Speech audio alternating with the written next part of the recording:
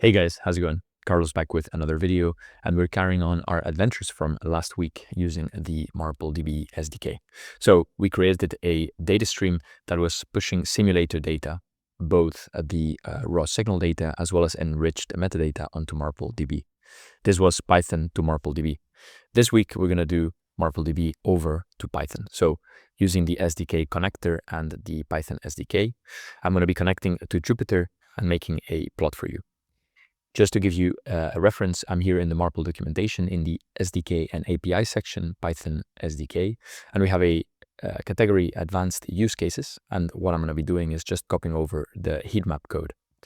I'm here now in Jupyter where the magic happens, and I'm accessing this data stream in particular, so my flight test data stream with altitude and angle of attack data, and I'm even producing this as a PNG heat map so I can then export it to other sources.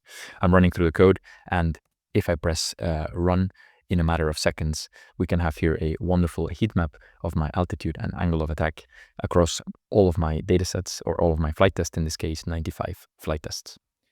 All of this and much more always in our documentation, of course, and I'll see you next week.